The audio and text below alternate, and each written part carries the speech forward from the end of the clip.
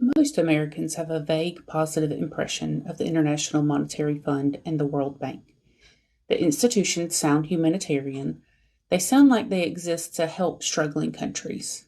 They sound technical and apolitical, run by economists and bankers doing the unsexy work of global financial stability. That impression is not accurate, and the gap between the impression and the reality is one of the most consequential gaps in modern international relations. I have 3 master's degrees in political science, criminology, and business, and I want to start this series with the institutional framing because everything else flows from this one fact.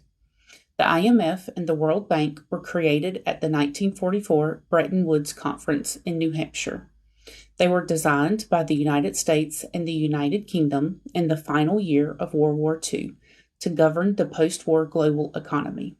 The governance structure built into both institutions was specifically designed to ensure that the United States and Western European powers would maintain decisive control over global financial policy after the war ended.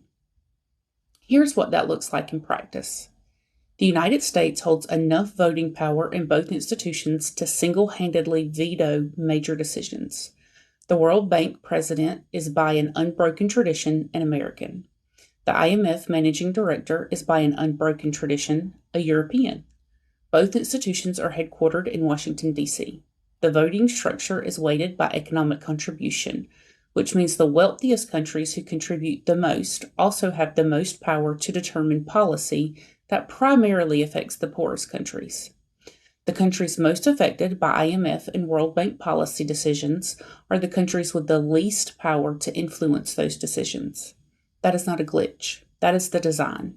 And it is the foundation underneath everything else this series is going to examine. This is part 1 of a 6-part series called Debt Colonialism. Part 2 is about the specific mechanism the institutions use to translate that governance imbalance into actual economic outcomes.